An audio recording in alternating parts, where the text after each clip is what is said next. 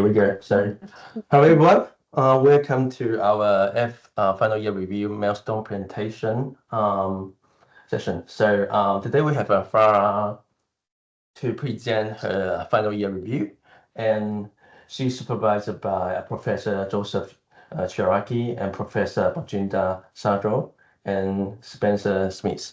In our panel, we got Associate Professor Terence Sanders and Dr. Kathleen Deans. And Kathleen will join us later, so probably we'll go ahead to start it. And the panel is chaired by me. Farah, over to you now. Okay, just 1 second, just organizing my... can you see my screen okay? It's all good. Yes. If I can see it. Yeah, yes. okay. All right, thank you. Thank you. Right. Just a reminder, today is Census Day for anyone who hasn't filled in their census. So I filled in mine yesterday, and I had to indicate that I'm a full-time student. And then they asked, how many hours of work did you do last week? And I was like, oh, last week was pretty intense because I was preparing for this. And I was like, oh, probably 60 hours, which is a bit crazy, but you know, it's the census, I can't lie, right? So anyway, just organizing my windows around here. Let me just get this right. Okay. Welcome to my final year review presentation. The title of my thesis is The Utility of Measures, Exploring Therapists' Use of Feedback Measures in Personalized Interventions. I'd like to start off by expressing my gratitude to Joseph, of course, who has been super supportive, super helpful, puts up with all my anxieties, and I've learned so much things from him, things unrelated to my PhD, but I love it. And also to Bajinda, who's been super supportive and provides excellent written feedback. Could not do this without her. I'd also like to take this opportunity to thank the industry partner of this PhD, that's the Institute of Better Health, led by Steve Hayes, and the incredible opportunity that they've given me, as well as the support they've given me during this journey. I have a couple of amazing friends that I need to thank, because without them, study 1 would not have been possible, and also study 3. But those in study 3 are participants whom I have to keep anonymous. But for those who are study 1, I have put their names and their photos here because they have been really, really amazing. And I just need to say that there's no way I can do a PhD without having such good friends. So just big thanks to all of them. Right, a quick overview of my thesis's area of research, the role of measures in personalized psychological interventions. Typically, when we talk about measures, it is often referring to standardized measures, or what we will refer to as nomothetic measures throughout this presentation and also the thesis. What we are looking at in this research is idiographic measures. So that's within person measures. Because if we're talking about personalizing interventions, we should be personalizing it based on the person we're working with, not so much comparing them to the population, because that also begs questions such as, you know, what population? So if you're coming to me for help, I want to know what works for you, not what works for others, and then apply that to you. This is where the industry partner of this PhD has a technology that is idiographic in nature. And we're exploring how this technology is used by therapists with actual clients. This is the model that is used throughout the thesis and also this presentation. It's the Collect, Share, Act model. It's the best practice model in the area of measurement-based care. It's a really simple model. It's just 3 phases. The first phase is where we administer the measures to the clients, interpret the data, and that's the collect phase. And then the share phase is where we share that data with the clients. And the act phase is how does that data then inform treatment planning. So this is what this thesis looks like. We have 3 studies. Study 1 examined how personalization studies used measures, what their measures were measuring, and how treatment decisions were made. And the findings of that was that idiographic measures were very rare. The act of sharing data with clients was also very rare. And treatment decisions were made mostly at baseline. So during treatment decisions was rare. Affect was also identified as the most common process being measured. This was covered in the MCR, so I won't go over that today. Study 2 investigated how therapists currently use measures in their work. Most of the findings was also presented in the MCR, but I'll cover a little bit more today that was not covered in the MCR. And we'll talk in depth about study 3 here today. So quick recap about study 2. It was a mixed methods survey among therapists. And this is our participant pool. So most of our participants, we had 115 of them. Most of them were from Australia, most of them psychologists, most of them in private practice, and about half of them were in their early career.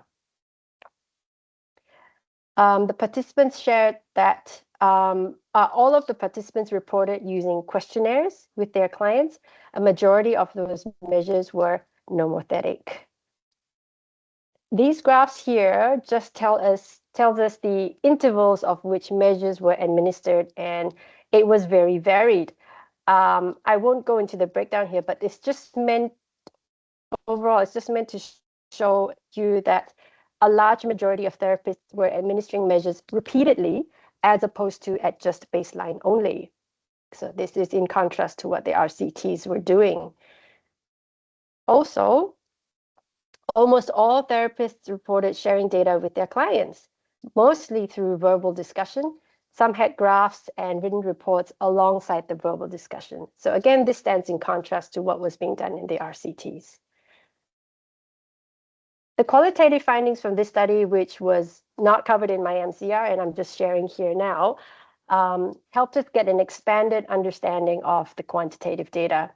The themes in the collect phase were mainly around challenges of collecting measured data from clients, most of which was consistent with past research. This isn't something I'm going to focus on too much in today's presentation, but just letting you know that these were the findings. The shared themes are best explained this way. The therapists were saying that measures supported therapeutic collaboration and client engagement in therapy. It enabled ongoing dialogue about therapeutic direction, pace, and effectiveness, and it helped elicit additional information about clients' experiences or histories. And the second theme was around how the conversations, again, around the data, enhanced client insight, reflection, and self-awareness. This is according to therapists, by the way. So they were saying that it helped clients understand themselves better. Clients felt that their experiences were validated by the measures. And interestingly, their motivations were enhanced when they saw their progress. In terms of what the therapist's experience was with how data informed their treatment, which is the ACT phase, the theme was that measures helped inform their clinical assessment, case formulation, and treatment planning. So measures helped identify areas of struggle. It guided treatment direction and prioritization, including course correction. And it also helped them target specific psychological processes. So, in summary, study 2 tells us that the therapists, well, in this particular study, are already engaging flexibly with measures to personalize interventions using largely nomothetic measures. Measures are administered across multiple phases of therapy. The data is frequently shared with the clients and integrated into case formulation and treatment planning. I think the most interesting finding from this study is that it shed light on the sharing function, and it was functioning as a therapeutic engagement process, which sort of gives us a sneak preview of study 3. So study 3 is a feasibility study. So this is what I've been doing for the past year. We are exploring therapists' implementation of ideographic measures to personalized interventions with the assistance of a specific technology called MindGrapher, which was provided by our industry partner, IBH. So this is what it's all about. If we want to truly personalize interventions with personalized assessments, let's see how this works in the real world. These are the research questions of this study. I'll first maybe just quickly go over what EMA is. So EMA is a research method where people repeatedly record their example thoughts, feelings, behaviors in real time during their everyday lives. What that looks like is repeated questions and administered through the phone, usually an app, and we respond to those questions multiple times a day throughout the day. And responses can be varied. And a very simple example of an EMA question is, how are you feeling right now? Because that can change throughout the day, even moment to moment. So in this research, we were interested in looking at how both the therapists and clients can co-construct these EMA questions that would be meaningful to the client, because the client is going to be responding to these questions a few times a day. We are also interested in looking at the conversations that take place between the clients and the therapists about the data and the graphs that are generated from the data through MindGrapher. We then want to know if this data and the graphs can inform treatment, and what would that look like? And in terms of collaboration, we're interested in looking at the interactions between the clients and the therapists when it came to doing ideographic work together. And of course, finally, we want to know if doing all of this is feasible, right? So what was the client, what were the therapists' experience of using this approach and technology in their work? So our participants were the therapists. The clients were not the subject of the research. We had 11 therapists sign up to participate. One withdrew after the training, although it had nothing to do with the training. 4 were unable to obtain clients to get on board to do this study. So we had 6 participants, 3 of which were clin sites, 3 were psychs. Between the 6 therapists, they had 15 clients. 1 did not commence, so we had a total of 14 clients.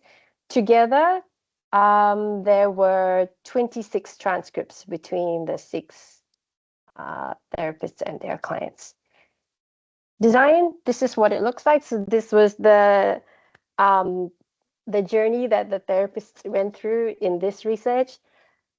First, they attended a training with us, and I took them through what this research is about, the collect, share, act model, MindGrapher, how to use it, how to interpret the graphs. And after the training session, what's not listed here is that they had to recruit their clients to participate in the study. And once they had their clients on board, we would commence what is called session 1. So session 1 would involve them introducing what EMA is, the question set. So that looks like this over here. So these are some examples of the questions that the clients will be responding to a few times a day, every day. And they had to, together, the client and the therapist created one custom question around a behavior that the client wanted to increase in their lives. And these are some of the examples of the custom questions, the target behaviors from this particular study. So it was, for example, being more present, grounding, engaging in their hobbies instead of scrolling on their phone, responding to others by being the person I would like to be. So that sounds like a values-based behavior. So yeah, these were the examples of the target behaviors the clients in this study wanted to increase. And alongside that question, they would answer the how do you feel right now question as well, and some other items from the PBAT. So after the client and the therapist went through those sets of questions, between session 1 and session 2, the clients would be responding to those questions a few times a day, every day for a minimum of 2 weeks. And then they come back for session 2. Session 2 is where both the client and the therapist will go through the graphs or the data together. This is an example of what the graphs look like from MindGrapher. I'm not going to explain what these graphs mean, but I'm just letting you see what that looks like. And the data that we got from session 1 and 2 were the transcripts of their conversations around the questions initially, like in session 1, and then in session 2, what those conversations look like. So after they, the therapist, for some therapists, they did this with a few clients, some did with one client. I then interviewed them about their experience throughout this whole process. The data analysis. So this is a purely qualitative study. The data was the session transcripts as well as the clinician interviews. At this stage, the clinician interviews have been completed and data analysis in progress. So I will talk more about the findings and also the process of going through session 1 and 2 transcripts. So we used reflexive thematic analysis and the 6 phases, which I'll briefly run through with you right now. The first phase is familiarizing yourself or myself with the data. We had 12 audio recordings and 14 transcripts. I did this by first listening to all the audio recordings, and then I got AI to transcribe a few. Then I listened to the audio along with the AI transcripts, and I found that I had to correct so much that I decided to transcribe the rest of the transcripts myself, manually, the old-fashioned way, because I also got to put in more of the non-verbals, which AI just cannot capture. So things like, sighing and laughing. And I prefer it this way. I prefer doing it manually because then I get even more intimate with the data.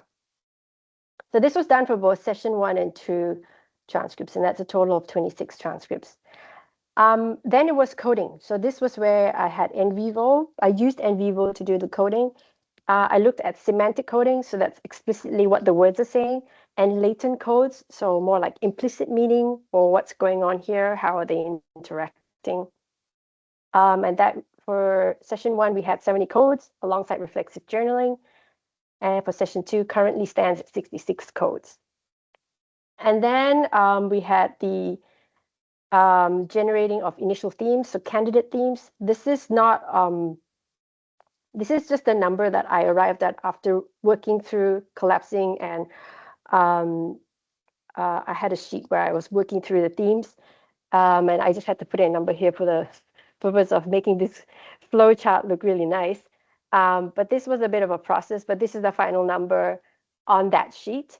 And subsequently, I came up with 5 final themes that for session 1 and 6 themes for session 2. And that was checked against the raw data. So I went back and looked at the raw data and the excerpts again. And then after discussing with my supervisor, we had final 5 themes for session 1 and 6 themes for session 2. And that went into the write-up. So for now, this is the preliminary results, because I haven't done the data analysis for the interviews yet. But this is what it looks like, and I've kind of put it into a very simple model. Session 1 was all about the collect phase because we don't have data yet. So the themes that emerged was that the therapists were helping clients understand the nature of EMA so that, we get the clients buy-in and motivation to respond to the questions every day. There were 2 themes that I put here into one box just for space constraints, but there were 2 themes around personalizing the content of the questions, one where they co-created the question, the other one where they selected a optional question. There were discussions around making responding to the EMA questions workable in their daily life. So that was like scheduling and frequency, and also priming them for a conversation about going through the data together in the next session. Session 2 themes. So this is where the data was in and the graphs were out. Feedback was held as provisional until interpreted together. So this is where we noticed that there was a theme around the therapist. When they were sharing the data or the graphs with the clients, they weren't saying, this is what the graphs are saying about you, but rather, this is what the graph is saying. What do you think? So they were getting clients' input on the graphs rather than making the graphs as definitive. The client's lived experience supplies the meaning. So the graphs only make sense with the client's input. And a lot of the clients were also talking about what they felt the items meant to them and how they were responding to the items. The conversations also revealed what the data can and cannot show. So we got to know what the graphs can tell us, but also what the graphs don't really tell us. And that was important because we won't know what the graph is not telling us without the client's input.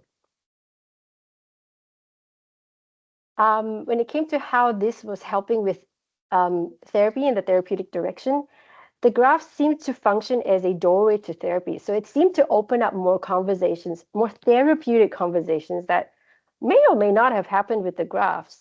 And that was an interesting observation. Formulation became a shared act. So it wasn't just, it's not all on the therapist to have a formulation of the client, but the conversations help the client, the conversations with the client help the therapist get a better understanding of the client. The graphs, the feedback, not only could change the trajectory of therapy, but that it seemed that it was also confirming the work that they were already doing, which I also find was an interesting finding. So, client participation is what converts ideographic data into clinical meaning at every stage to collect, share, and act. Which makes sense because if we're talking about personalizing therapy to the client, then client input matters. And this is also an interesting observation where client participation was passed over. So example, if there was an item that was left unelaborated by the client, that can be considered a missed opportunity. So ideographic data only becomes clinically useful when treated as a shared object for interpretation, not as a standalone output. So just to close this off, a quick overview of where I'm at in terms of this milestone and the PhD journey. Study 1 and 2 is complete. Study 3, we're at the last phase of data analysis. So it's just the therapist interviews. And that's where we're at. So COC is done, MCR is done. Final year review is here. I expect to complete the data analysis of the interviews this month, and then we'll spend the rest of the year writing up and hopefully finish by end of the year. Any questions?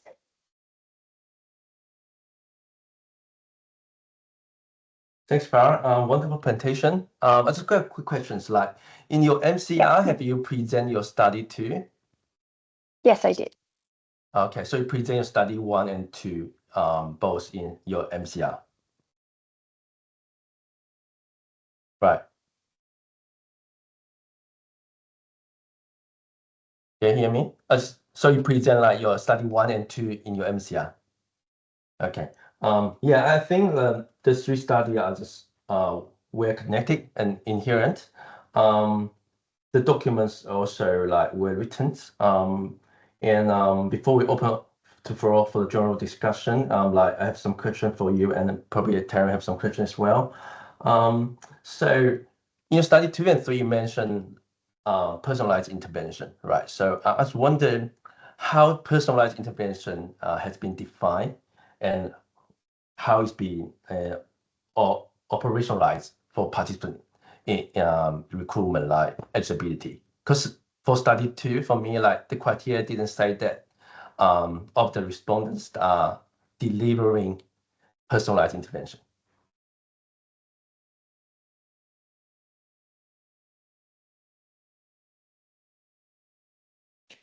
Farah, I think your volume's off. Yeah, we couldn't hear you.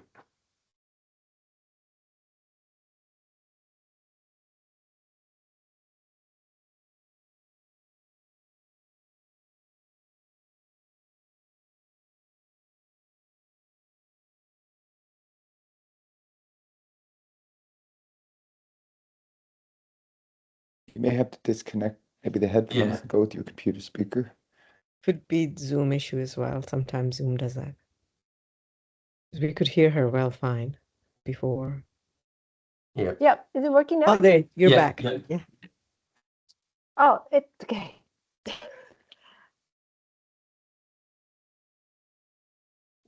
Is it working now? Yes. Yeah. Yeah, okay. Ugh, I don't know what happened. So weird. What was the question again? Sorry. So like, yeah. Okay. So how the personalized intervention was operationalized in your participant eligibility? It was in the title, but there was Yeah. no criteria. It wasn't made like a criteria, like, you have to be personalized interventions to participate in the study. We didn't make that a specific criteria because when I created that survey and put it out there, we were meant to capture those who use measures and those who don't use measures as well. We were trying to capture a more diverse pool of participants. Somehow we only had majority of participants who use measures respond to the survey. So Yeah, because like I found like when I read the document, I saw the title have a personalized intervention and I saw about the term disappear throughout the study. Yeah, so that's why I wonder how you define a personalized intervention when you recruit the participants. So the second question is about a personalized or idiographic EMA assessment, because like you use idiographic assessment, EMA assessment throughout the study 3. But when I look at as you present here in your assessment, most items are standardized, are fixed. And I think one was selected from the list and then one just fully, you call co-constructed.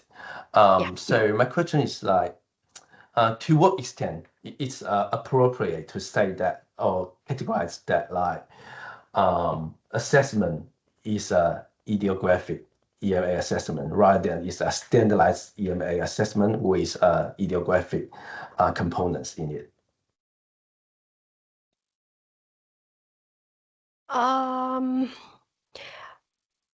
You're right. So part of the set of questions were from an existing set, like if you can call it a standardized set. It's called the PBAT. But the data that you get from answering those questions is still within the person. So that data was not compared to anyone else. And that's what makes it idiographic. It's not so much where the questions came from, but what the data tells us, because that data is only compared to the person responding it. That's what makes it idiographic. But the standardized EMA is if you define like this way, then like the standardized EMA is already a idiographic assessment. Yes, Okay. it is true. It is, yeah. I got another question about the quantitative part, because like in your study 3, you describe as a qualitative feasibility sub-study, and in the document you said that you also collect some qualitative EMA data. I just wonder, do you have any plan to analyze those quantitative data in your thesis? It's not part of the research questions right now. It could be an option, but it's not part of the research questions. Okay, thank you. That's it. Taryn, I just hand over to you. Sure, thanks, Jesse. Yeah, good job, Farah. It was a really clear presentation. I'll apologize if some of these questions are answered in your study too, because I didn't have a chance to reread that one. I knew I read it for the MCR, so it's been a little while. Yeah. The two things I was kind of thinking about were what you're describing in study 3 strikes me very much as classic implementation science, right? And that there is an intervention. This intervention is a bit different to normal interventions because it's personalized, and so it's not strictly speaking the same intervention between people, but the process that you go through is still an intervention. And so what I didn't see in your study 3 was any kind of linking it back to implementation science frameworks. And so I wonder, your research questions were really good, and the sort of 5 things that you wanted to answer make a lot of sense. But I wonder if you considered looking at any of the sort of standard frameworks that are used for implementation science. It's a good question, and I haven't heard this term come up anywhere in our discussions right. before. Implementation science. Yeah. Okay. Yeah, yeah, So yeah. I think there's a journal literally called Implementation Science, which is sort of the most widely used place here. And the good thing about implementation scientists is that they're very much pragmatists. They sort of understand that we don't run things with control groups everywhere and all that kind of stuff. But they do have a real interest in some of the things that you've maybe not considered, that I think you're probably getting out of your study, but might not have explicitly considered. So in implementation science, one of the things they're really interested in is when you start implementing it, how does the intervention itself change? So if you take the most common scenario where like implementation science works, which is sort of a new medical procedure being implemented maybe in a hospital or something like that, they'll have a set of protocols that get written up, and then they come back 2 months later and look at those protocols, and they see that people have scribbled notes in the margins, and they've sort of said, actually, we do this step before we do this step because it makes more sense for us. And so that then changes the extent to which you can assess the efficacy of the thing that they think they were testing. But it also tells you, what does this intervention actually look like in the real world? And they have kind of a framework for how you might do that. There's a couple of them, but yeah. So maybe have a look at that. CFIR is probably the most commonly used framework, but it doesn't work for all types of interventions. So maybe just have a bit of a think about that. Yeah. And then on the opposite side of the spectrum, I hear intervention and I hear effectiveness, right? And I know you're not measuring effectiveness because it's really tricky. You don't have a control group, so you couldn't really talk to it. I'm not quite sure how to ask this question because it's almost not answerable. I think what I'm wondering is, how do you deal with the counter argument that you've set up these personalized interventions to be potentially more effective or to be potentially more useful? And the reason why they maybe aren't, because you sort of note some mixed effectiveness in the literature, has to do with that implementation, right? Are the therapists knowing what they're meant to be doing? Do they understand how to use this kind of data and present it and all that kind of stuff? But how do you then also engage with the possibility that actually they just don't work that well? Like that could not be the case, right? These could be more effective. But it feels a little bit like you can't falsify that the implementation is the issue because there is no measure of effectiveness. I just wonder how you're dealing with that tension in your thesis.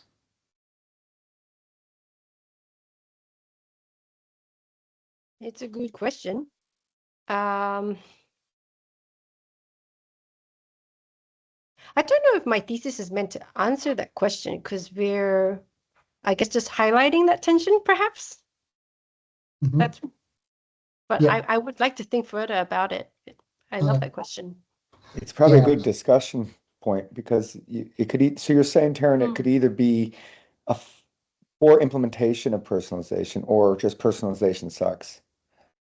Yeah, I mean, this comes back to sort of like the difference between per protocol and, intention to treat, right? Like a protocol that's too complex for therapists to implement properly is probably not effective, even if they did implement it, because these are humans implementing in the real world. Yeah, that's true. And it's more, how do you psychological personalize? There's already some meta-analytical evidence that personalization is actually superior to standard treatments.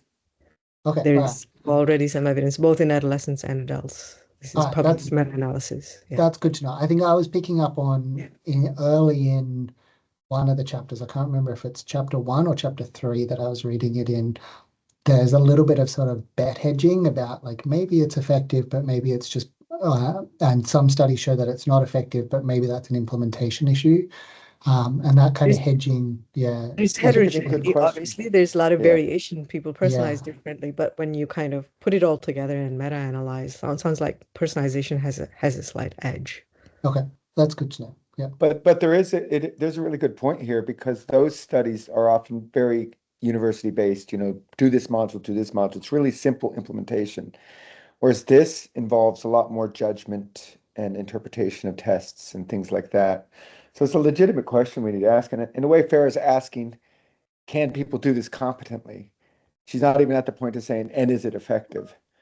How do they do it? So yeah, I think that's a really good discussion point. I think that should be something that comes up in the discussion. I'll hand back to you, Jesse. Thanks, Farah. Thank you. Thanks, Taryn.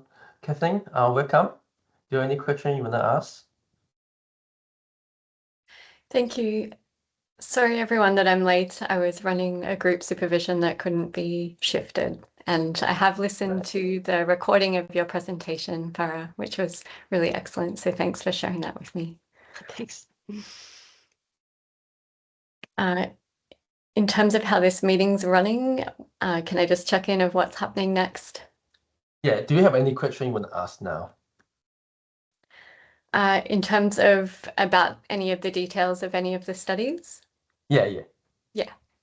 I thought they were all really interesting and excellent. My main questions were just around the qualitative methodology and some of the wording, and I can send you through my comments on this.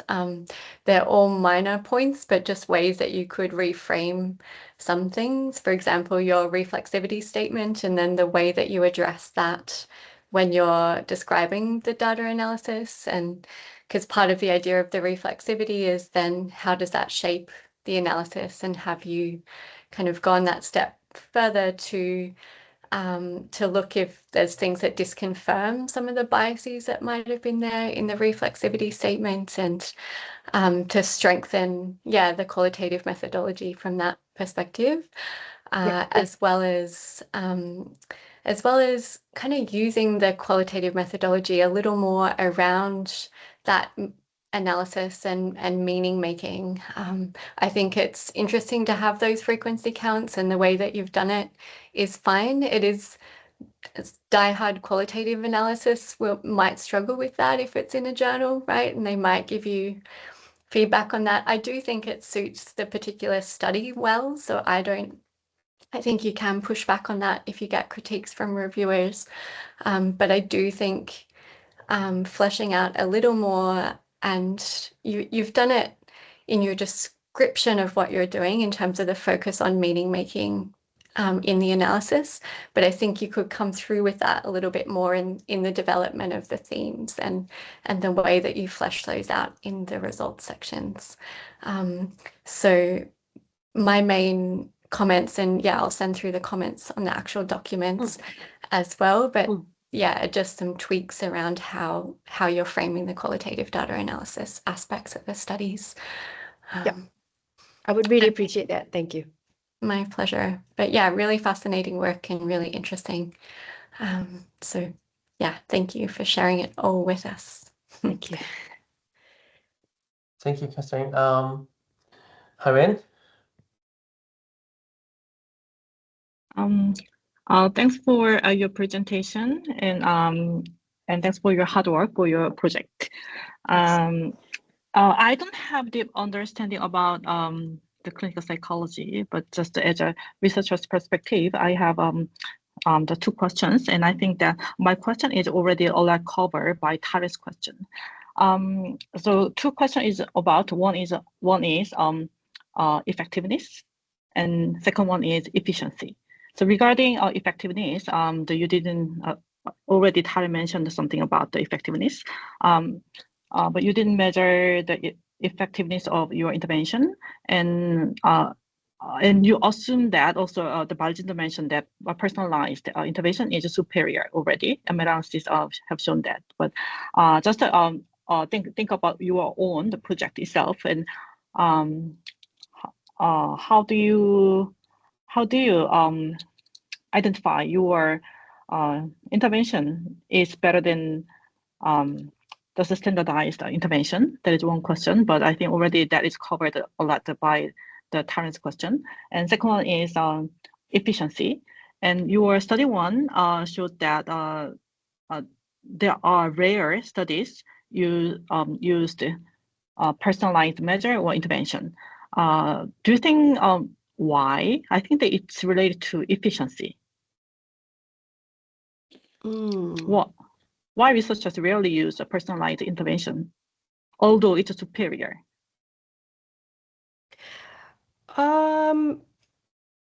Yeah, it's a good question. Why? I don't have the answer for that. One thing I do know is that from the study one, how they were personalizing was very varied. So there isn't like a standardized way to personalize at the moment. It's kind of like, and that was the reason we did study one, was to find out, to examine like what is being done in what they called personalized interventions. And it was very varied, but there were some strong themes of, a lot of some commonalities actually of how many studies just made treatment decisions at baseline.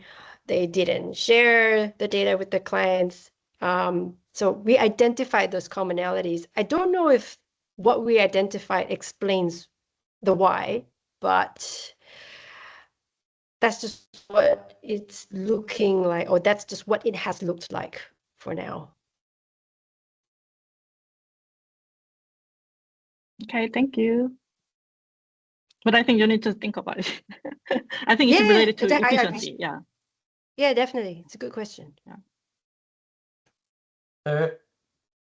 Yeah, I had two questions.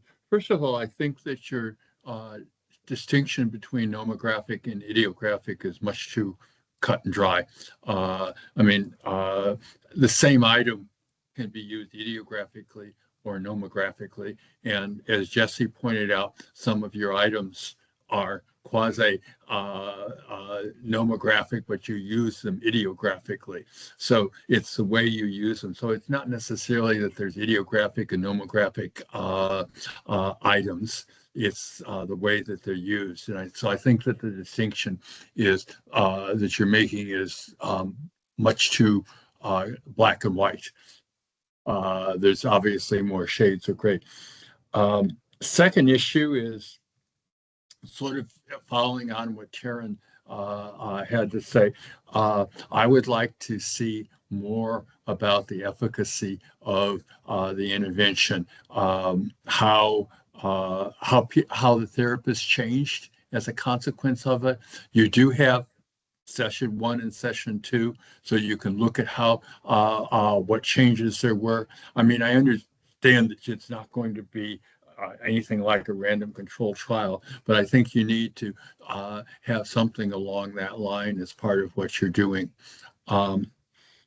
Let's see. Those are the two main questions that I had. One of them is one that's been repeated by several people, and the other is just a qualification. Just to clarify this, the session 1 was sort of like the setup for the assessment. So it's not an intervention. We're just having conversations around the questions that were going to be administered to the clients. And then session 2 was talking about the data that happened between session 1 and 2. And that is a process that has to take place.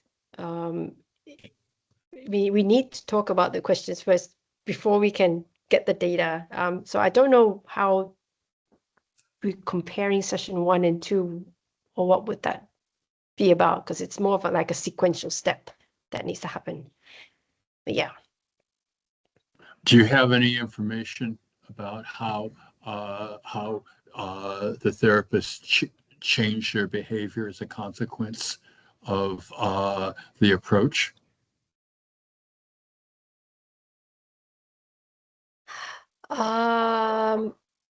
Just from the interviews I've done, Not really a change. No, I don't have that. I don't recall them saying they've changed anything. Yeah. Well, I guess each of the comments has indicated that's as a weakness of what you've done. And my suggestion is that you think hard about how you can address that, with what you've done. And with only 6 clients or 6 therapists, you could go back and give them a post questionnaire about implications of that. Yep. Might Yep. be It's a good a idea. way of resolving the issue. Yep. Will do. Thank you. Masha? Yeah, just continuing the spirit of the questions that you've already been asked on the nomothetic, idiographic, and effectiveness issues. As a motivation psychologist, it looks to me like this is a standard goal-setting intervention, and the goal is to increase one of the themes. And the only thing that's really idiographic is the goal content is personalized to the client. So I just get your reaction to that. Am I misunderstanding the study? No, you're not misunderstanding when you phrase it that way. I'm like, yeah, it does sound like that. One benefit of that is you can measure effectiveness by goal progress. If the graphs go up, that's effective. If the graphs don't, the theme doesn't get enriched, like more sociable or whatever it is, the theme, then it's not effective. That's possibly. Possibly. Yeah, possibly.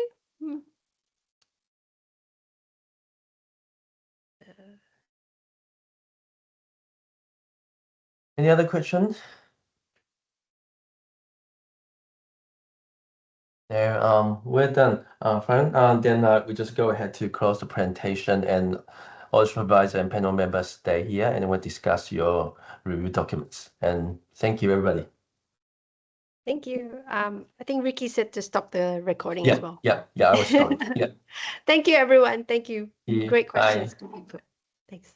And I guess, Farah, I'll probably, oh, she's gone.